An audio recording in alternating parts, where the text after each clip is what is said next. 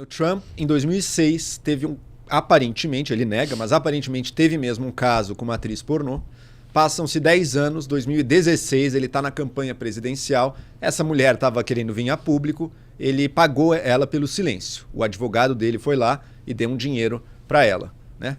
Isso, até agora, nada disso é crime. O crime aconteceu onde?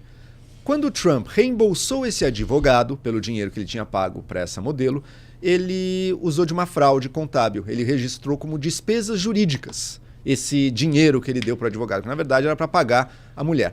Esse tipo de ato, esse ilícito, pela lei do estado de Nova York, que é onde isso aconteceu, isso é uma contravenção. Isso é uma quebra da lei, só que é considerado assim, um crime de menor gravidade. Assim, não é uma coisa gravíssima, é um crime de menor gravidade. Acontece que o procurador de Nova York, que foi eleito, porque lá o procurador é eleito, inclusive com a plataforma, com a campanha de dizer que ele ia pegar o Trump, esse procurador disse, não, peraí.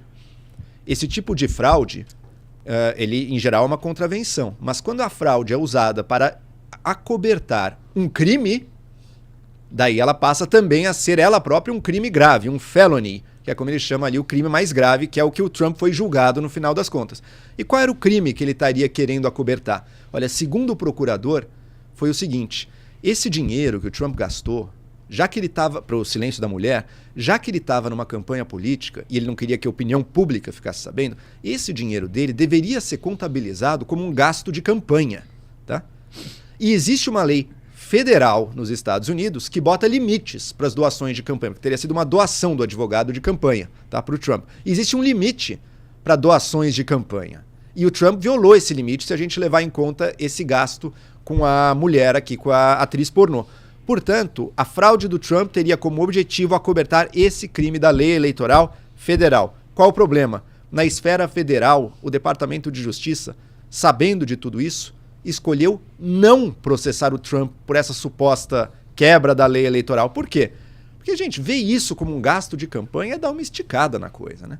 Ver essa transação do Trump, isso foi parte da campanha do presidente, é dar uma esticada. E usar, então, essa suposta quebra de uma lei federal para justificar que a lei estadual condene o Trump, em vez de uma contravenção por um felony, um crime grave, isso também parece ser uma forçação de barra. Não é à toa que vários juristas e analistas jurídicos americanos, até os mais de esquerda, estejam vendo uma série de problemas nesse processo do Trump. Mas enfim, ele foi processado, foi julgado e foi condenado. Cada um dos cheques que ele depositou, cada um dos registros contábeis lá desses cheques, cada um dos recibos foi considerado um crime à parte.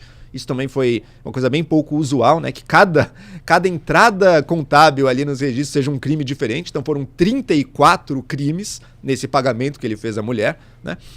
Que ele foi condenado pelos 34 crimes. Veja, o que o eleitor do Trump hoje em dia acredita? Como o Uriah bem nos sintetizou aqui, ele está num estado ele está com bastante medo, ele está vendo o mundo inteiro, pelo menos que ele acha que o mundo inteiro conspira contra os Estados Unidos, e mais, que a máquina pública americana conspira contra o seu líder Trump e o persegue, porque o Trump é um inimigo desse suposto estado profundo dos funcionários públicos, da procuradoria e tudo.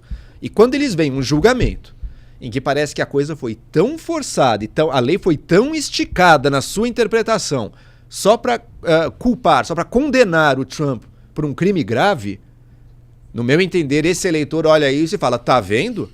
Tá vendo como estão perseguindo ele? No pior das hipóteses, foi uma contravenção. Estão tratando como um crime gravíssimo, é porque ele é perseguido. E se ele for preso, a gente vai saber em julho, vai vir a sentença em julho, e pode inclusive ter prisão.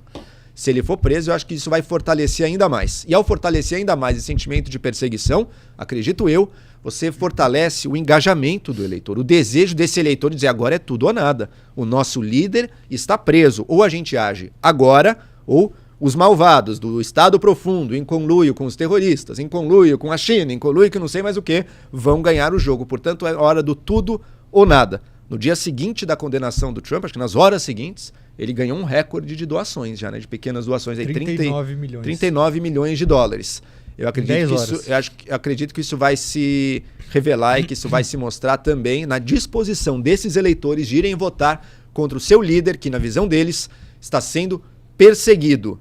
E olha, Minha opinião agora, a contravenção aconteceu mesmo, mas essa esticadinha a mais para aumentar a gravidade do crime foi um erro jurídico e se eles achavam que era uma intenção política, um erro político também.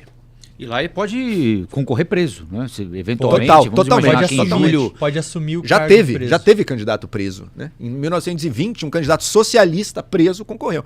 Ele não tinha a menor chance. Ele teve acho que menos de 1 milhão de votos, mas pôde concorrer sem problema. Sim. Agora o Trump com muitas chances, talvez aconteça isso. E o primeiro discurso que ele fez no dia seguinte, ele fez um discurso no dia da condenação e no dia seguinte teve um discurso mais longo, de mais ou menos meia hora.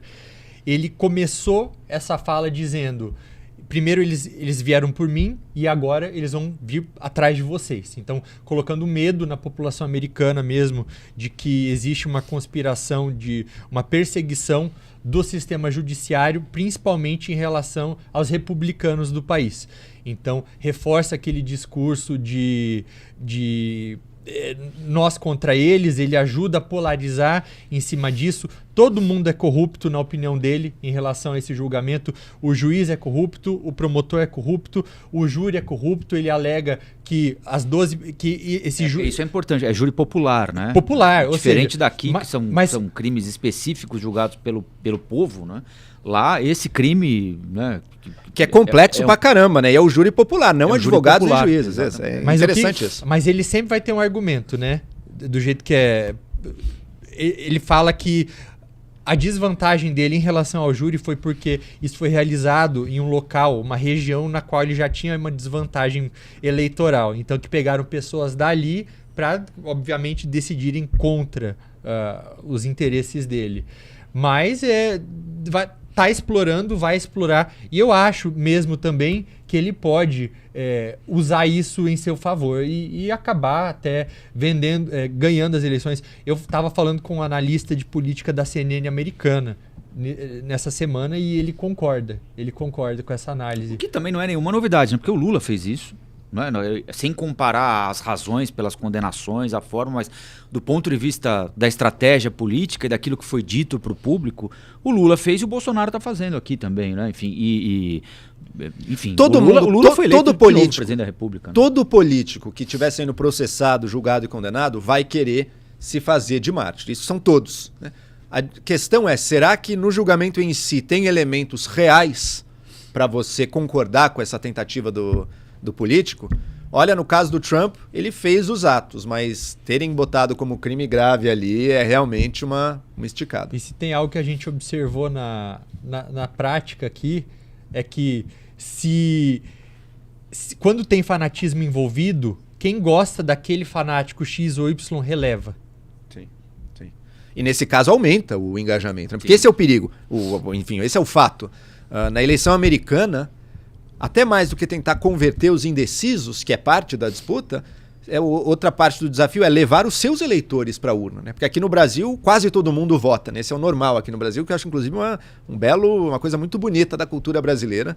Talvez tenha a ver também com a lei do voto obrigatório, mas quase todo mundo vota. Nos Estados Unidos não. Nos Estados Unidos muita gente não vota. Então para o candidato, mais importante às vezes do que converter o eleitor indeciso é convencer o seu eleitor a sair de casa no dia e ir votar. E se ele está mais mobilizado, mais engajado, achando que agora é uma guerra de tudo ou nada, eu acho que ele vai ter mais disposição a levantar e votar. Olá, aqui é o Rafael Colombo. Gostou do que acabou de assistir? Se inscreva no canal Cortes do Flow News para os melhores momentos. Quer acompanhar os nossos programas na íntegra? Então se inscreva no nosso canal oficial, Flow News.